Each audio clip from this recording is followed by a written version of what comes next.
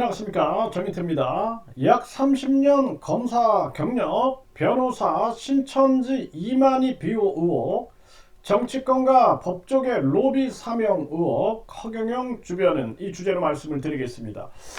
이렇게 이 검사 출신, 심지어는 판사 출신, 이러한 변호사들이 반사회적 사이비 종교 주변에서 기생하는 경우가 상당히 많습니다.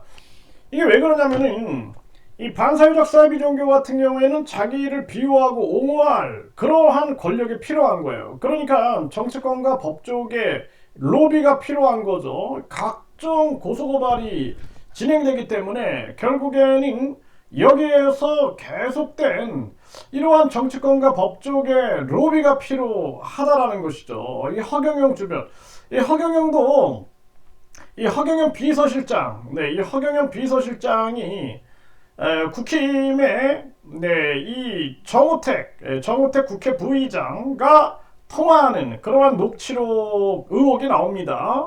그리고 뿐만 아니라 김문수 노동부 장관, 김문수에게 뭐 형님이다 막 이러면서 서슴없이 그냥 전화하는 그러한 행동을 보이는 그러한 태도가 나오거든요.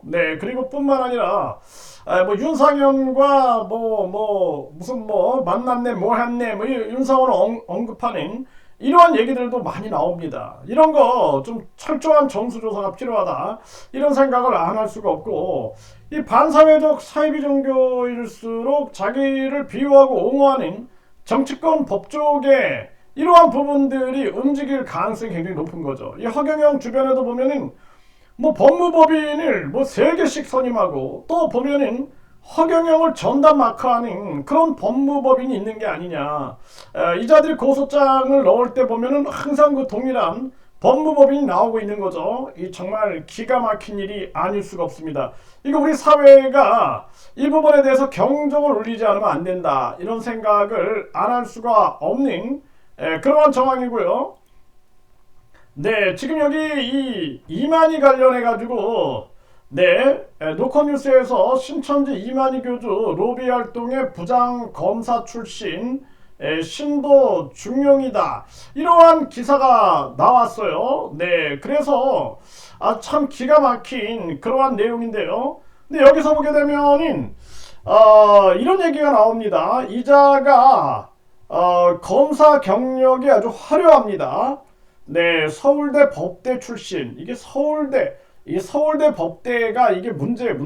이게 양심, 그리고 뿐만 아니라 인성, 도덕성, 사회성 교육을 받지 않고 오직 공부만 해가지고 이자들이 사회 지도층에 되게 되면은 저 윤석열이처럼 저런 파렴치한 짓거리를 저지르는 그런 자들이 많은 거죠. 그래서 이자가 보면은 서울대 법대 출신이고 법무부 특수법령과장, 부산지검 특수수사부장검사, 대검찰청 중앙수사부 수사과장, 서울중앙지검 특수수사 부장검사 등 검찰 특수통을 역임한 변호사다라는 거예요. 그러면서 완전히 사법고시에 최연소로 합격을 했고, 그러면서 육군 법무관 서울지검 검사를 시작으로 30년 가까이 검찰 요직을 두루 거쳤다라는 것입니다. 정말 기가 막힌 일이 아닐 수가 없습니다. 그래서 이 신천지가 와해 수준으로 갈 정도로 위기였는데 어떤 방법을 써서라도 이거를 돌파해야 한다, 이러면서 이 군 법무관 출신의 법무팀장이 있었지만 위기관리가 안 된다고 판단해가지고 근우회 회장, 뛰어나고 영향력 있는 인물을 찾았고 검사 출신 변호사를 상하그룹에 참여한 것으로 알고 있다, 이런 폭로가 나온 것입니다. 정말 기가 막힌 일이 아닐 수가 없어요.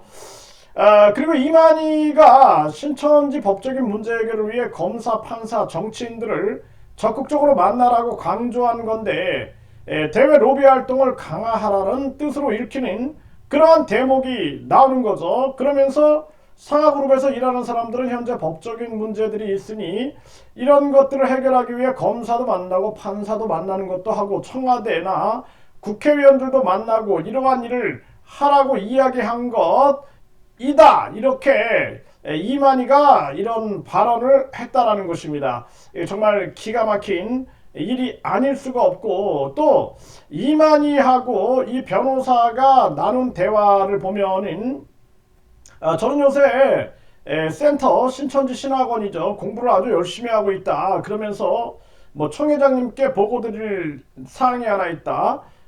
이 김남희, 김남희가 이제 그 신천지에서 전에 이게 강하게 활동했던 사람이죠. 등의 항고를 포기해서 무혐의가 확정이 됐다. 그러니까 이만희가 수고했다. 뭐 이렇게 얘기를 했다라는 것입니다. 정말 기가 막힌 일이 아닐 수가 없다라는 거예요. 그래서 우리 이 대한민국의 반사회적 사이비 종교들이 계속 기생할 수 있는 것은 결국에는 이 정치권 법조계 이런 로비스트들이 활동하고 있는 것이 아니냐, 이런 것들이 거의 뭐 사실화된 거죠. 정명석이 같은 경우는 사사부 경찰들이 정명석이를 커버하고 있다, 비호하고 있다, 이런 의혹이 나왔고, 이 허경영 같은 경우에도 보면은 아주 이 허경영 비호하는 그러한 법무법인과 더불어서 이 법무법인이 결국에는 이런 법무법인들이 보면은 변호사들이 판사, 검사, 막 선배, 후배 뭐 다 연결이 돼 있어요. 그러면서 또 계속해서 이런 정치권이나 법조계 이러한 로비 가능성을 가지고 있는 거죠. 이게 정말 그러다 보니까 돈 없고 힘 없고 백 없는 사람들은 주저앉게 되는 그러한 사태가 만들어진다. 참 기가 막힙니다. 기가 막힙니다. 그래서 저희들이 심판하기 위해서 1,000원의 기적 모금 활동을 한 것도 변호사 3명을 선임해가지고 고소를 했는데 결국 무혐의가 떨어졌죠. 그래서 우리가 이거 무고죄로 고소해가지고 강력하게 지금 싸우고 있는 그러한 정황인데요. 참 안타깝습니다. 그래서 반사회적 사이비 종교에 대해서 이들이 정치권과 법조계 여기에 어떻게 연결되어 있는가, 이러한 부분들을 면밀히 전수조사를 해 나가야 된다. 이번에 이만희 사태, 정명석 사태, 허경영 사태 이런 걸 통해서 총체적으로 조사해 나가야 된다. 그리고 저 통일교가 일본에서 해산 명령이 떨어졌죠. 그 통일교가 정치권에 얼마나 많은 로비를 했으면 결국에는 일본의 유력 그 정치인 전 총리가 저격당하는 그러한 사태까지 벌어지지 않았습니까? 이 반사회적 사이비 종교 문제는 한국을 넘어서 세계적인 문제가 되고 있다. 이 문제에 대해서 우리 국민들이 관심을 갖고 종교범죄 가중처벌법, 종교범죄 가중처벌법이 반드시 통과돼야 된다. 저는 그렇게 말씀을 드립니다.